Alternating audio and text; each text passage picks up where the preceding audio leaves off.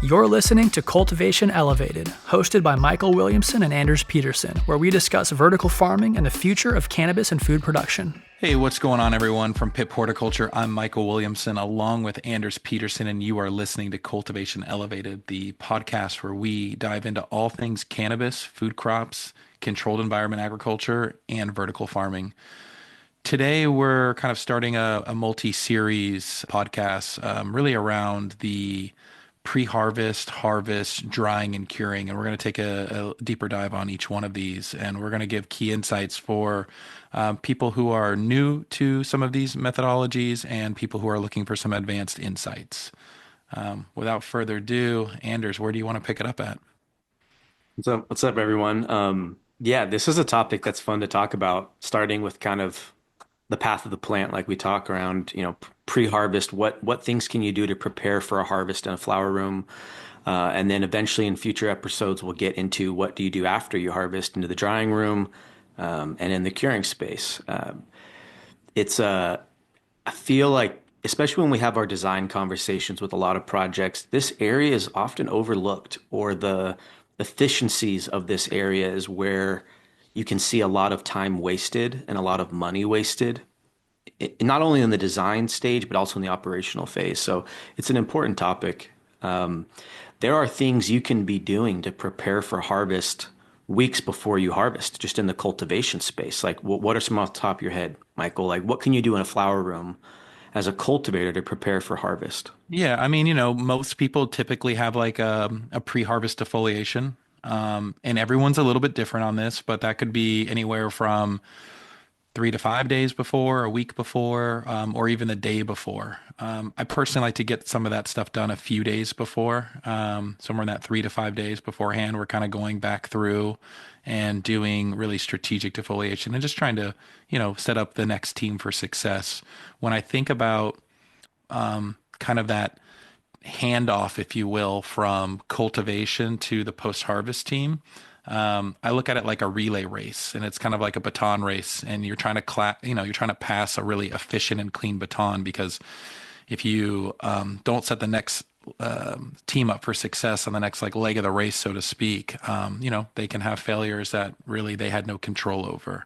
So a lot of it can, some of the strategies that we have is we'll typically do a pre-harvest walkthrough with a post-harvest manager or whoever's in charge of harvest, and usually the grower, and just kind of go through and talk through any challenges that were had with the crop.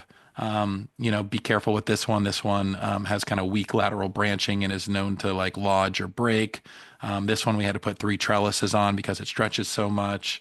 Don't cut the trellis on this one. Whatever it might be, going into the little details. It's basically taking, I would say, somewhere between 10 and 15 minutes to do a pre-harvest walkthrough and just make sure that we're aligned with where product is going and which part of the room we're starting on. When you get into multi-tier, some of that gets really important, right? Do you harvest the top tier or the bottom tier first? So, just kind of going through having an actual physical plan, and a lot of times making sure that everyone is really clear on all the little steps that are involved in that plan, because you can say it at a high level, but there's all this nuanced detail that needs to happen. Yeah, one of those details that I always focused on is what genetics are, where are they located in the room, and where are those transition points. You can label all you want, but it's easy in a harvesting scenario when there's a lot happening at once to get plants mixed up, especially when you're growing so many cultivars these days that are somewhat similar. Avoiding mixing up cultivars into the wrong spots, making sure they're grouped by cultivar, by batch. I've seen genetics get mixed up in a harvest scenario very easily. And so during those pre-harvest kind of walkthroughs, it's nice to point out exactly, because you've been in the room for 9 weeks with these plants, right? So you know where everything is. You've learned the room. Maybe the harvest team hasn't. And so being very clear what genetics are where, whether that's a map you print out, making sure that map is accurate from what's actually in the room, and delineating where these cultivars change, whether it's halfway down a row or it's an entire row, etc. That's always was an important step for me, because I'll admit early on in my career, I definitely mixed up genetics left and right, just because there's so much to do, and harvest day can get hectic. Like, that was one of the first lessons I learned early on in cultivation was how out of control post-harvest can get if you're not careful, and then how messy it can get if you don't Sure. have like a plan in place prior to doing it. So that Well, that let's was talk about that for a second. So I completely agree. I'm, guilty of harvesting mislabeled stuff. I think everyone's gone through that. But there, after you do that a couple of times and you kind of like hit your head on the wall and you're like, oh, it's so stupid. How do we booger this up again? There are I love a cheap trick. Not the band. I know that's Craig's favorite band. But I love like an economical solution to resolving a problem. And so, the one that I like to use for making sure we don't mix things up. Now, some operators run a really clean operation where each row might be its own cultivar, each zone might be the same cultivar, and so the whole room might be the same cultivar. And so in those scenarios, obviously there's less risk for, mixing up cultivars. But your average player is trying to have diversity, having to, maybe they have a larger room. Maybe it's 2,500, 3,500 square feet of canopy. But within that room, maybe they have four varieties, but some of them might have 8 or 12, and they might not even be the whole row. And so sometimes you have partial rows, and that's Mhm. where I see the most issues with, oh, we mislabeled this, that, and the other. And so what we'll do is during that pre-harvest walkthrough, we'll take different colored, like the poly ribbons you would get at like a Home Depot or a store. They're like a high vis tape that's not adhesive. And we'll basically just delineate, we'll create like a little snake through the rack of like, here's where this batch starts and here's where this batch ends. And there'll be different color coding. So for sure that okay, hey, new batch, and you kind of make that announcement to the group. So that's been a helpful tool. It is a total mess during harvest, but it doesn't have to be. But a lot of times, we see that people have these beautiful white epoxy or equivalent floors, and then they'll just smash flour all over the place. And especially if it's something, like a deep purple, and you'll just have this like purple anthracite like ingrained in your epoxy. And so what we see that people are doing there across like the main aisle, in front of the racks in most cases, they'll put down like, really quickly before harvest, they'll put down like brown paper and blue tape, like as if you were going to paint the room, and they'll protect kind of the main flow of where things are flowing because it does get messy. That mess also contributes to your practices. So as we talk about removing a plant from a trellis, if you are doing that aggressively, as you'll see buds get caught on the trellis and they'll literally shoot across the room. So now you're losing harvest and then you're creating waste on the floor. And then if you don't have something covering your floor, you might actually be creating additional waste and labor because you now have to clean all that mess up. So, I those little saw tricks. a interesting one the other day at a customer facility that I had never seen before. I thought it was pretty smart. For those that aren't aware, the listeners, PIP Horticulture sells a catwalk system called Elevate, our Elevate platform system. It's a decking system that allows you to access the upper tiers and work along the row.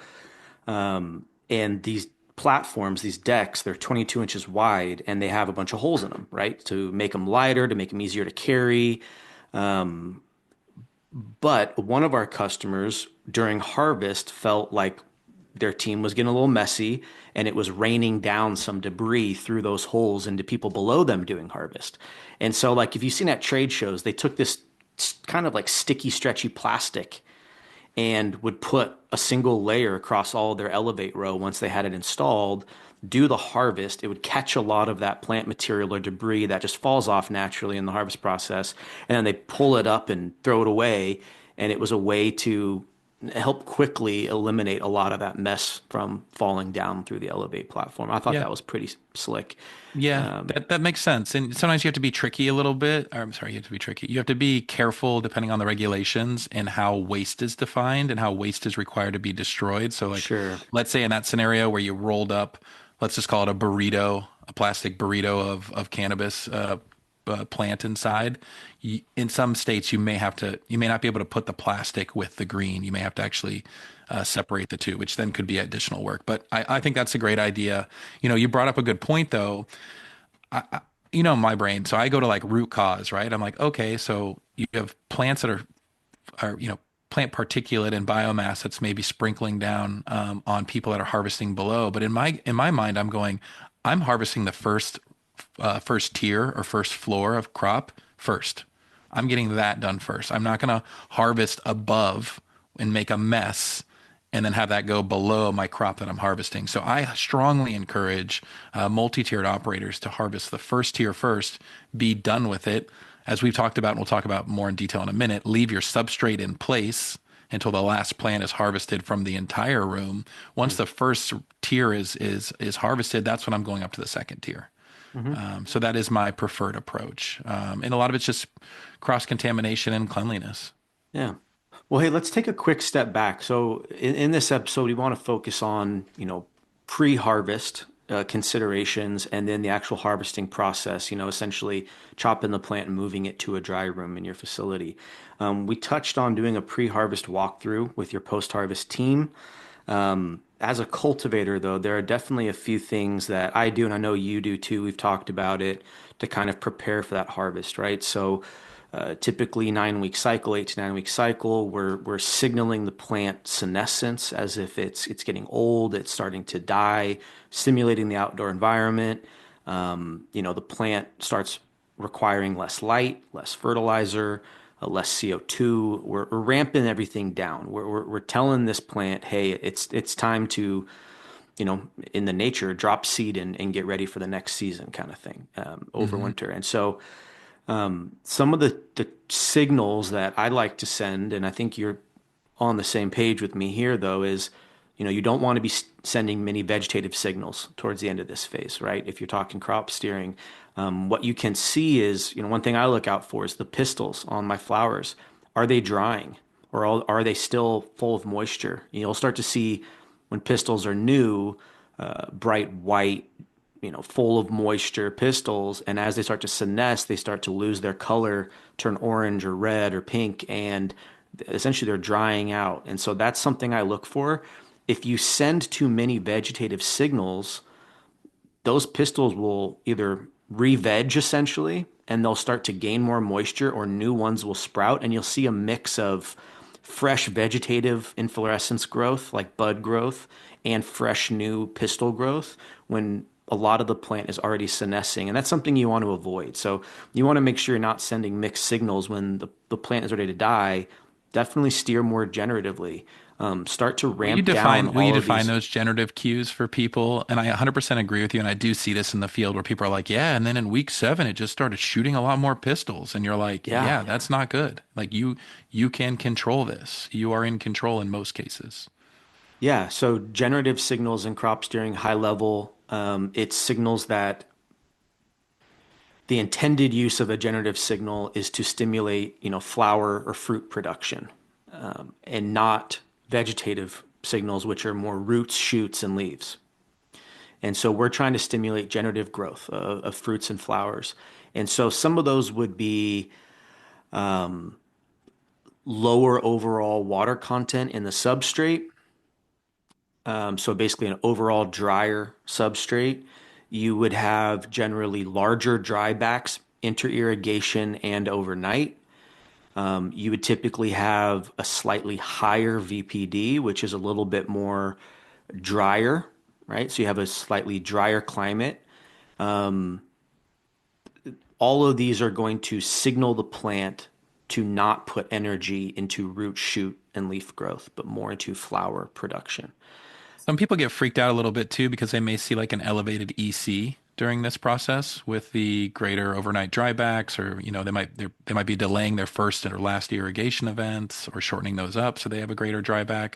But oftentimes, yeah, the EC will spike during that, and so you have people who are Yeah.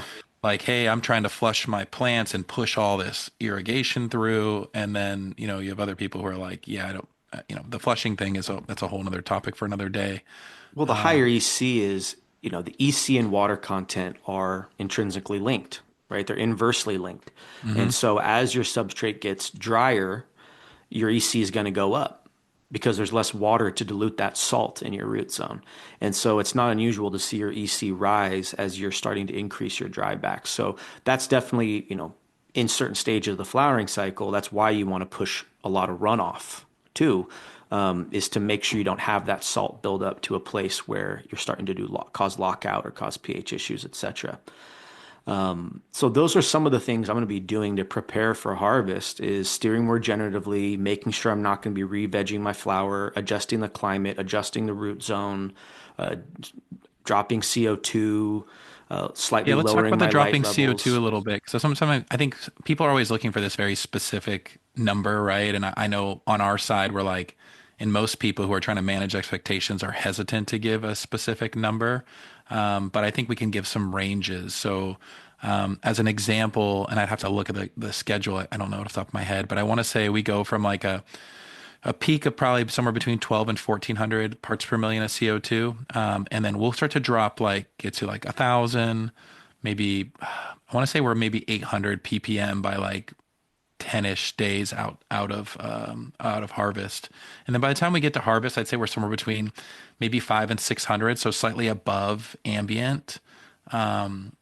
But you're going to have to play with this on your own and figure it out. But when you start to look at waste and cost, if you're running 14, 1,500 parts per million of CO2 from day one to harvest, there's an opportunity to save some capital there, but also do something that's in the best interest of your plants. And I think that's the ultimate kind of lean farmer mentality, is like giving my plants exactly what they need when they need it, but also knowing when to cut it off Yep. or trim it back. Well, so I do almost the exact same thing from what you just outlined in terms of parts per millions, right? So for the listeners, atmospheric CO2 concentration today, and not 20 years ago, but today is around 450 parts per million CO2 outdoors ambient. Right, we're often peaking around 12 to 1400 in the flowering cycle. Obviously, it's crazy how easy it is to forget the importance of CO2 in plant growth. But when you're buying a gram of dried bud, a large percentage of that gram that your customer's buying is just carbon. And that Hmm. carbon, that actual growth you're seeing out of the plant is just added carbon building blocks from the atmospheric CO2 your plants are taking in via photosynthesis and transpiration, right? So you, that CO2 in the air plays a hugely important role in plant growth and yield because it's literally the building blocks that you're seeing when a plant grows is that trapped carbon from the atmosphere. And I forget the exact percentage, but I think when I looked it up, it was something like 70 something percent of dried cannabis is in a per gram by weight basis is pure carbon. Oh, You that's know, interesting. I I would have guessed a lot lower. Yeah, don't that's interesting. don't quote me on that number. I had it at Sure. one point and I can't recall off the top of my head right now, but it was a more than I thought. So you're buying that CO2 you're pumping in is literally what you're selling, Hmm. at a dried bud at the end of the day. Yeah, and a smidge of water. Yeah, and so, as you're tapering light down, you want to taper down CO2 as well, or if you didn't, you would just be wasting the CO2 because since photosynthesis is driving that CO2 uptake, if you're slowing down the photosynthetic rate with less light, then you're also slowing down the rate at which the plant is uptaking carbon and CO2 from the atmosphere. So it doesn't make sense to be pushing your CO2 to 1400 if you're starting to drop your PPFD towards the end of the cycle. I like to think of the plant as kind of beginning in her grandma mode. She's not as hungry, she's not as energetic. She's slowing down before harvest. And so you need to taper these things back. I will often get down to about 600 roughly before harvest and then shut it Hmm. off. So you're doing all these things. I would say that is normal for almost everyone to be considering these type of strategies. Something less normal that we've talked about before, some other strategies that may help in the dry room later down, or even in the harvest process. Maybe not for every single harvest, but for specific facilities, is kind of a dry on the vine technique. We die on the vine, whatever you want to call it.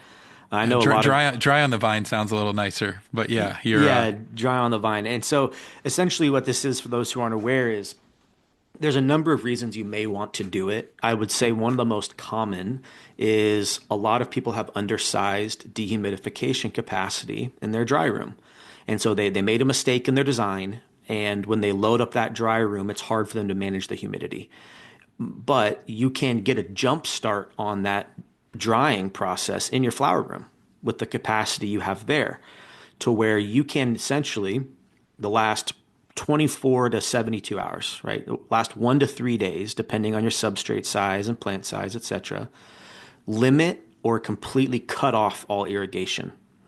Also significantly dim your lights, right? Not turn them off, but dim them so that you're still utilizing the transpiration process of water moving through your plant and exiting as water vapor through the leaves, through the stomata, but you're not putting any more water into the system.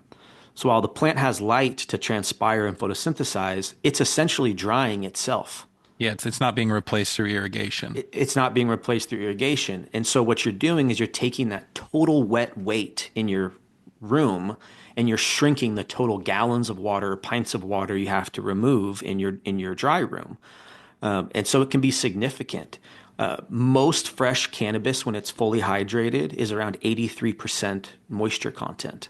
Hmm. And so as you start reducing that, then the total moisture load you're putting into your dry room, if it's undersized and you have trouble maintaining that climate, is less. So it's less of a strain and burden downstream on that mechanical system in your dry room. There are pros and cons of doing this, right? You got to be careful. Yeah.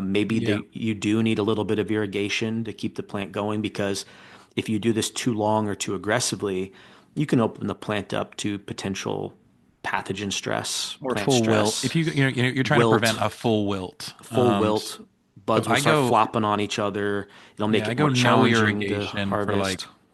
24 to 36 hours. So earlier in this conversation, Anders said 24 to 72 with maybe some irrigation. I would say if you exceed 36 hours of no irrigation, that you probably want to have some irrigation. Again, look, we say things on here that we've experienced personally, or our customers have experienced, but you have to experience this for yourself. And anytime you're trialing anything new, I highly encourage people to just try it on a row. Try it on a small controlled zone. You don't have to dedicate a whole room to any of the concepts that we're mentioning in most cases. And this is a good example. You can literally close off like a manual ball valve at the front of the row and say, all right, hey, we're going to try this thing. And the cool thing about this particular technique is it's easy to validate because it's easy to measure through wet weights. And so you can take the same cultivar in the next row and go, wow, that one was a 1,300 gram wet weight, and we fed it our kind of general normal irrigation strategy. And then we tried this dry on the vine technique, and we got that down to 1,100 wet grams. And so typically, and we're going to talk a lot more in drying on the next episode, but typically in drying, the first 24, 48, 72 hours are the most challenging, and most people can't keep up their set point. So Anders' advice here is giving you a head start, taking a little bit of the weight. If you're a power lifter, instead of having to lift 1,500 pounds or whatever, that's way too much. 500 pounds, now you only have to lift 350. Yeah. And so, oftentimes we meet people and they go, my drying room's undersized, my mechanical system's undersized. And so they're looking at us with this like hope that we have some, trick up our sleeve. And this is a strategy that is a legitimate strategy when deployed it correctly, doesn't cost any additional capital, and can help you with your operation today. And I think that's what I love about that particular piece of advice or that strategy. Yeah. And again, just to reiterate, this is not something I would recommend doing in a properly designed facility with adequate dehumidification in your dry room. I don't want to add that much undue stress to my plants. I would rather do that drying process in my dry room with properly sized dehumidification, primarily due to some of the cons of this technique, like you mentioned, is wilting, right? When you have that low turgor pressure at harvest and your plants are floppier and wilting, it actually can make it sometimes more challenging to harvest, right? Or they start flopping over and falling over onto each other, etc. So that's that balance of, do you need to do this technique? If you do need to, and it helps you, as a business person run your business, then how much do you do it to balance that ease of harvest, but also ease of drying? Hmm. So it's definitely not something I would do standard procedure every single harvest, for example. But a specific person that I worked on the strategy with, where we were dialing this in, really doing some research on it, something that we kind of like didn't. It's silly to not consider it at the beginning, but it was a three-tiered flower room. We were working on this, dialing in exactly how much dry back they want or die on the vine they want. The added benefit, and the total flower room, I think, was close to 3,600 square feet of canopy over 3 tiers. We had started off with a single row doing some trials, and eventually we were ready to do a harvest where it was the whole room. We were going to start doing this dry on the vine because their dry room was woefully undersized in terms of dehumidification.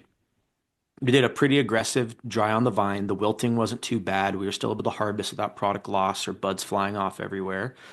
But when we got all of the final weights out of the room, wet weight, because we have to weigh them for metric, compared to a fully saturated harvest out of that much, it was like thousands of pounds less weight that the staff had to physically move down from the third tier, the second tier, the first tier, and move through the facility and hang in the dry room. The staff reported anecdotally that they had an easier day.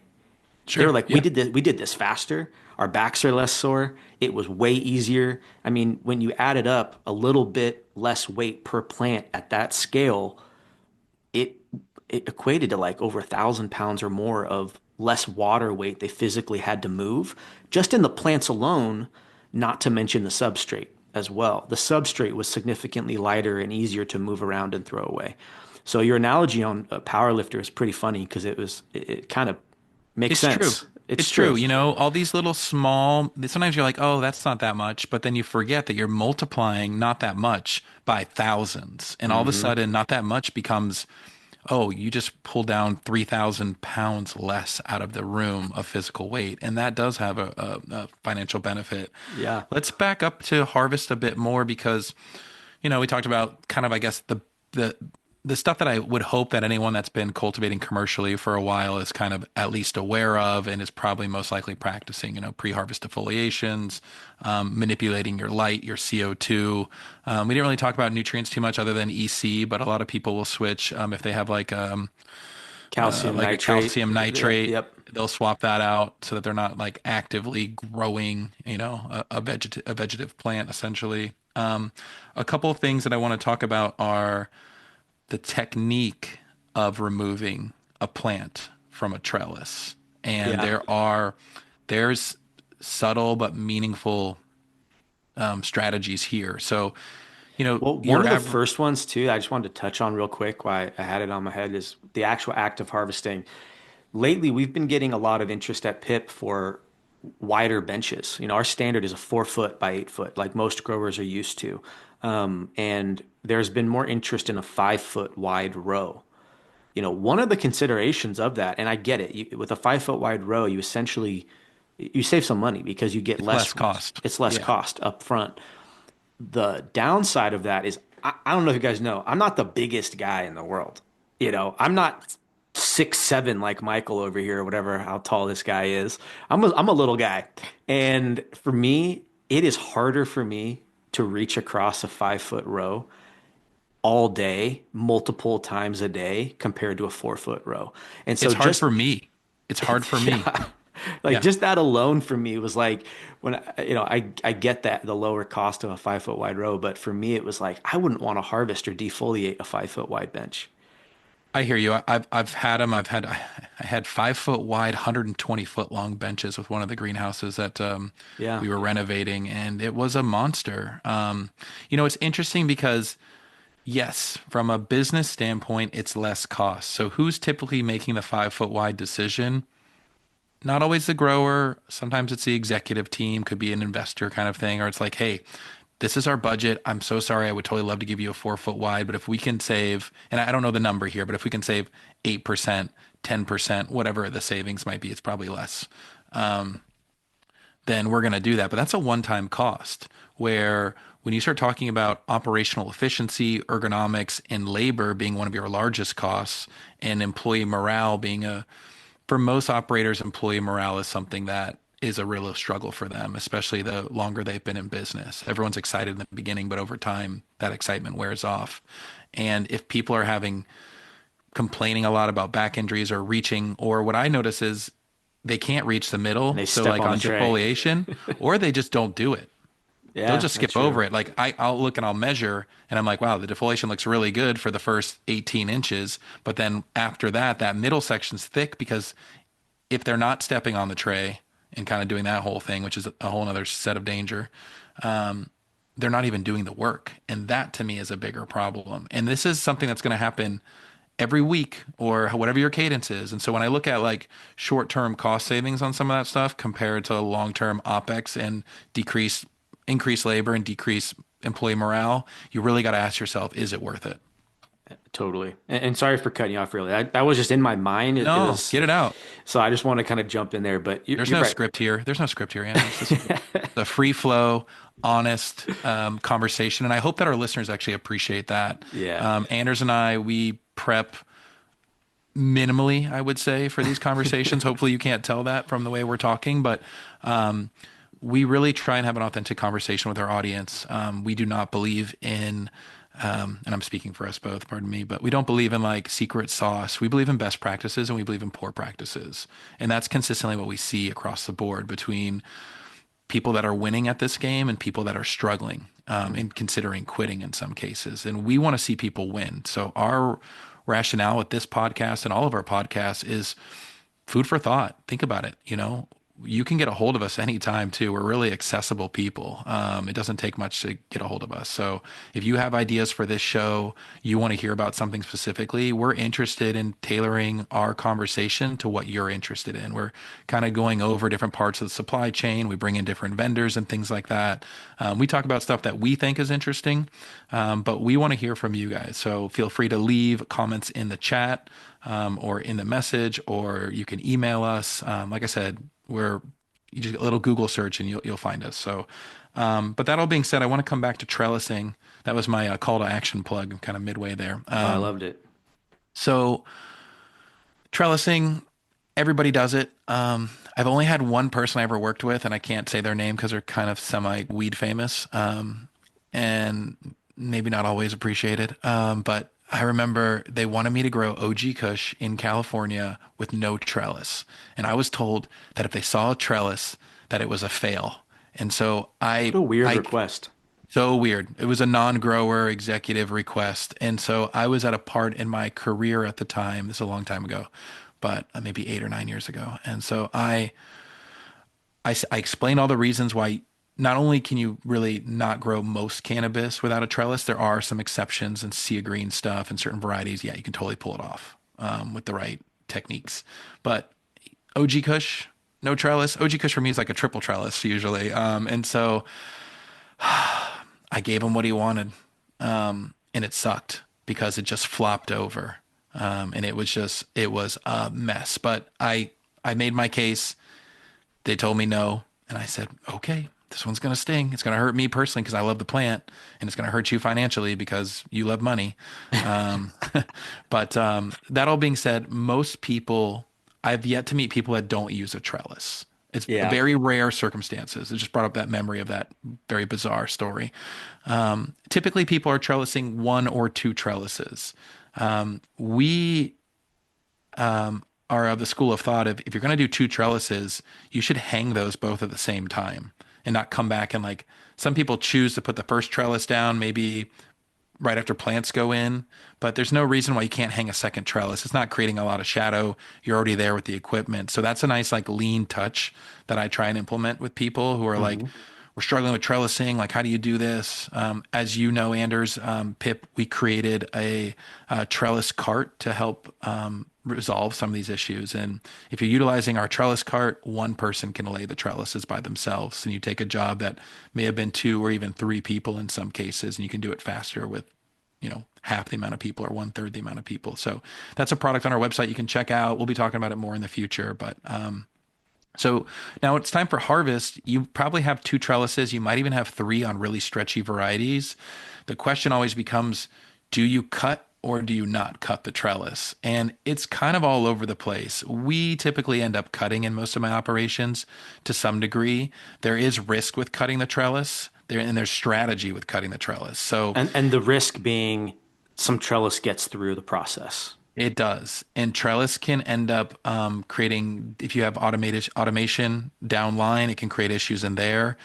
God forbid it actually, I've seen pieces of trellis be reported on Reddit inside a container. So someone buys flour, buys an eighth, and there's a little piece of plastic in there. And if you're, you go through all this energy and time and love, and then your customer gets a piece of your trellis. So You these know are where I all things see it to a think lot about. is those automated bucking machines where you feed a stem in and it bucks Mm, the buds off for you. If you sure. cut your trellis and you leave some around your branches, you don't take that off before feeding it through an auto bucking machine. That's one of the ways I see it getting through. Yeah, that makes sense, right? If you're bucking by hand, you have that personal hand touch.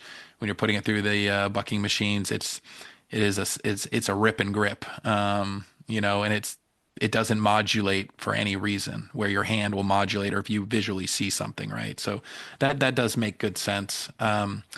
So with the trellis, let's say you are going to cut the trellis. What's interesting is there are techniques to cut the trellis without cutting it into pieces. You can actually cut the inside squares.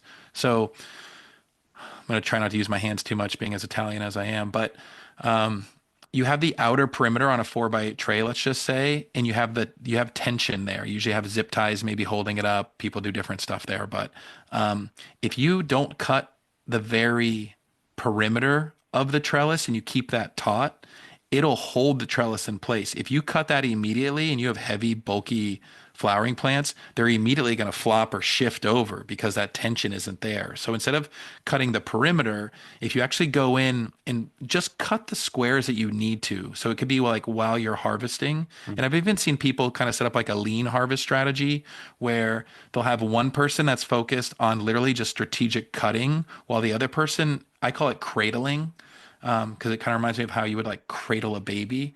So a problem that I see a lot of people make is they'll cut the trellis real aggressive. The plants will fall over. You have top colas that are now leaning onto a dirty top of a tray. Could be an open top cocoa bag. Could be an algae infested rock wool block. And so now you've got cross contamination. You most likely, if you're paying attention, you're going to have to cut that bud off and throw it away. So now you have crop loss. And if you didn't lose the crop, now you've definitely contaminated it to some degree. And so what we'll typically do is have someone who's focused on cutting the stalk from below. And then I have someone that's cradling it. So as the plant falls, they usually have like a protective sleeve that's long. Could be like a long glove or anything like that. Similar to what you'd see in like, what's the word I'm looking for? Equestrian. Bovine. Yeah, bovine. Thank you. It's just Yeah. Yeah. I think that's what you're Yeah. trying to go for. I know what you're Yes. picturing. Yep. Sorry I went there. But anyways, when you cut the bottom of the stalk, you're then basically holding the bottom of the stalk in your right hand, let's say, if you're on the right side of a tray.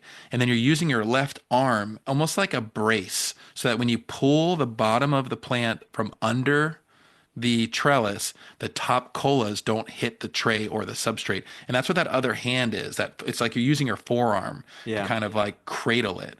But then imagine if you also, this OG Kush bud is stuck in the crevice of a trellis and you're trying to pull on it. And then people pull, and that's when you see the bud just go flying across the room. So that's where I have that kind of floating scissor person who's in front of them who, because their hands are full at this point and now they're caught and you're tangled, right? So now you're moving slow. That other person comes in and goes, oh, I see your cut right here. Boop, gotcha. So it's kind of a tag team effort, but it makes it so that the throughput is much faster, most importantly, more sanitary, and then just a cleaner harvesting strategy in general. That's a great tip.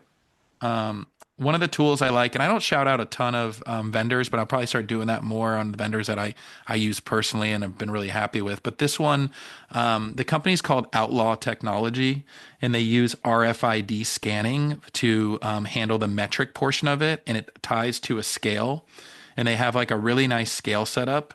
And so sometimes it's just having what's the saying Grandpa says? It's like right tool for the right job kind of thing.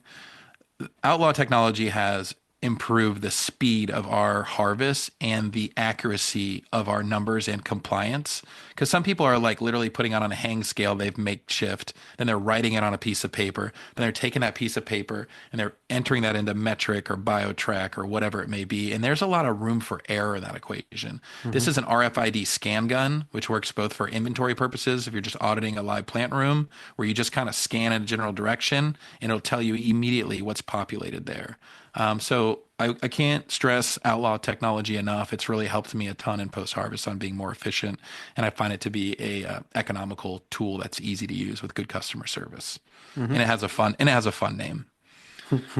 Um, and then I guess my other comment on this kind of, I was trying to think of, I know I'm missing a few other things that we do that have been beneficial, but let's talk a little bit about Well, I would what it. say we've gotten to the point where we've now talked about the actual harvesting of the plant, all the prep work that goes into it before that.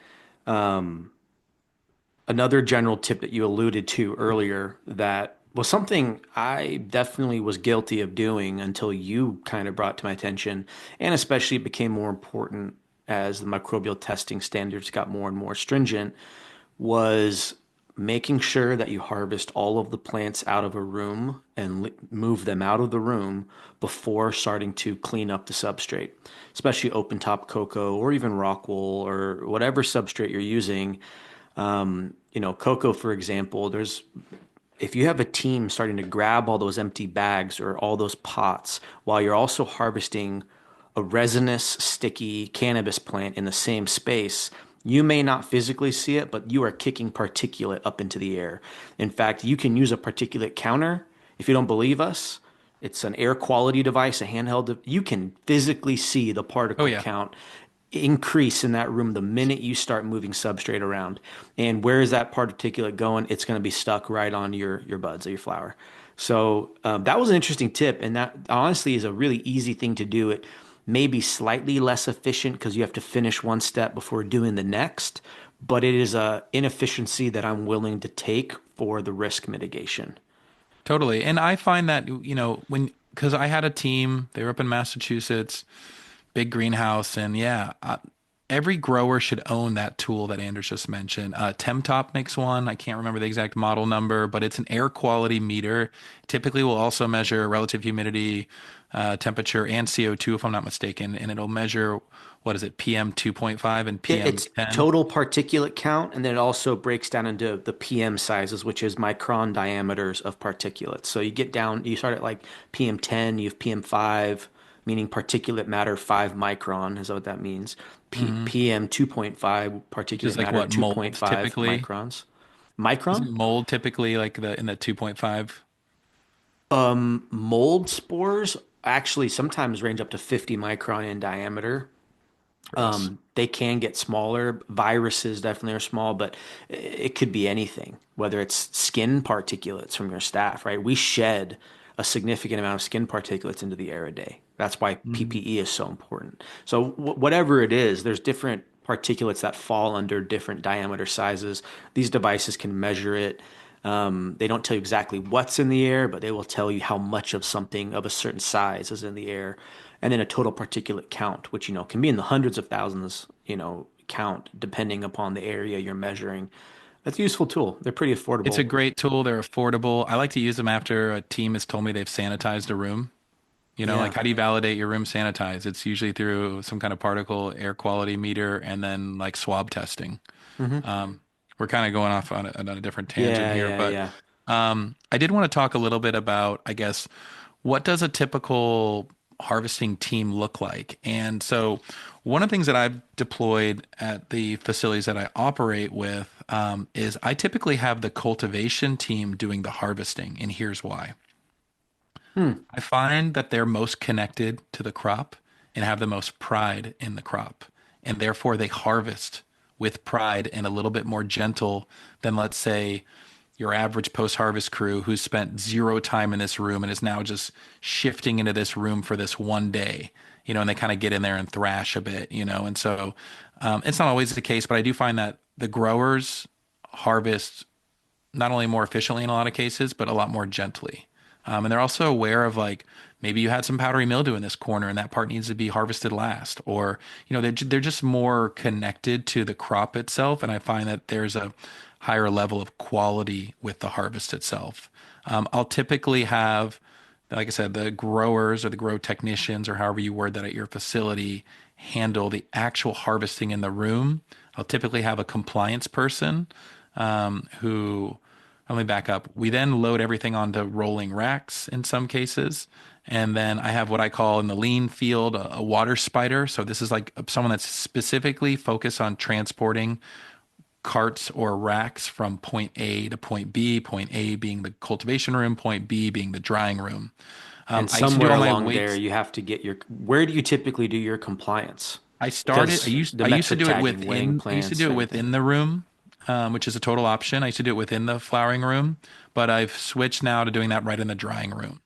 So that's more of a preference thing. We found it to be more efficient on our side and less crowded, most importantly, because you can get crowded pretty quickly with all these kind of motion and stuff. And so we found it to save us time by doing the compliance. And so what is compliance? Compliance is I am scanning a tag and I'm taking a wet weight and then I'm hanging that group together and I'm labeling that group on a pip drying rack appropriately. Mhm.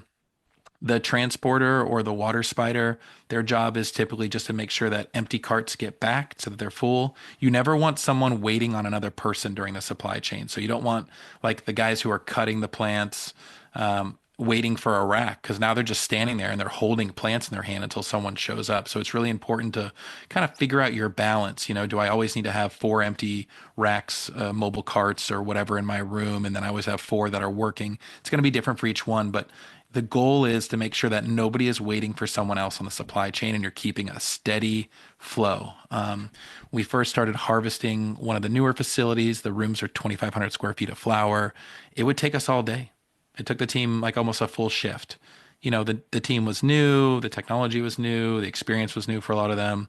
You know, you fast forward a few months and then it took 2 hours less. You fast forward another 2, 3 months, it took another 2 hours less. Now I get these incredible text messages on our group, signal chats and things like that. And they're like, you know, they get in early. So they start usually harvesting around like maybe 7 a.m. and Mm. they'll be done at like 11:30 in the morning now. So now Yeah. it's taking them a half day or a Well, little bit less. that's an important, that brought something else up in my mind is, like we've talked about before, I've always preferred to run a facility where, say you have a 9 week flower cycle, you have 9 flower rooms, you're doing the same tasks every day, every week. And so your staff gets into a rhythm.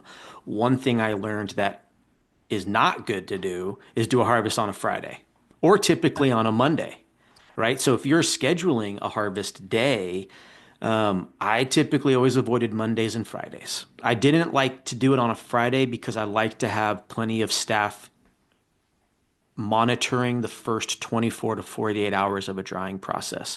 So if I'm harvesting on a Friday, that critical 48 hours when these plants are loaded into a dry room, no minimal staff was in the facility on a weekend, just the weekend crew. And so I liked to do it either on a Tuesday where everyone's fresh, but it's not Monday where people are, getting prepped for the week's activities. Usually doing it on a Tuesday or a Wednesday. That way you have time to clean that room that week, hopefully reload it by the end of the week, be able to monitor the dry room. So, and I guess another assumption here is that you get it done in one day, right? You don't want to stretch your harvest across multiple days. I mean, that's like it clogs everything up. I guess it becomes a Some people bottleneck may and have to it do that increases. Some people may, but because they have a ideally, really large canopy. But if they are doing that, they need to go into separate drying rooms so that this is like day yes. one drying and then, okay, day two, because we're not trying to re-moisten stuff that you just Hmm. worked really hard to get water out of. But yeah, that was just another thing that like I learned along the way was Friday harvests, no one wanted to do it. Everyone moved No, slower. They were it's a great miserable. comment. Yeah, I And don't I know. measure this, right? So I measure this in all forms of labor, and you're 100% correct. So Monday is usually a slower morning, but the overall productivity is usually decent to good on a Monday. Tuesday, productivity is good to great. Yeah. Wednesday is good to great. Thursday is where it starts to go back in the opposite direction. Friday, you're more likely to have people call out. And for the point that beyond the staffing component and the labor component, the part that you said that really hit for me was not everybody's running a 7 day a week facility or a 6 week day facility or a 6.5 day a week facility. A lot of people are running a Monday through Friday kind of thing. And if you're putting plants in on Friday and you're just expecting them to be right where you wanted them on Monday with no modulation or influence from you, that's a dangerous game. Huge risk. Hmm. Yep. Well, I know we talked about a lot. I know we've got to prep for something else we have coming on. This is, like I said on the beginning of the podcast, we're going to be doing a series of stuff around post-harvest. So this was kind of the kickoff. And as you can see, we're going to be talking about really simple stuff and really complicated stuff. And, while we're doing this, if there's anything that you guys want to hear from us about these topics specifically or any others, drop us a like, smash the button, drop a comment, all the vernacular that I don't know how to say very Yeah, neither smoothly. do I. But thanks, Anders, for always. It's always nice to have an educational conversation with you and talk through these things because they are important and they do matter. And a lot of the stuff we talked about today that excites me is it doesn't cost you any money to do some of these things. Totally. It's just strategy, technique, and timing. Yep. And thanks for listening, everyone. We always appreciate it. We're getting a lot of good feedback lately. It's nice to hear that people are enjoying these conversations. It makes us want to continue doing it and put a lot of effort into it for you guys. So thanks for listening. All Talk right. to you soon. Till next time. See ya.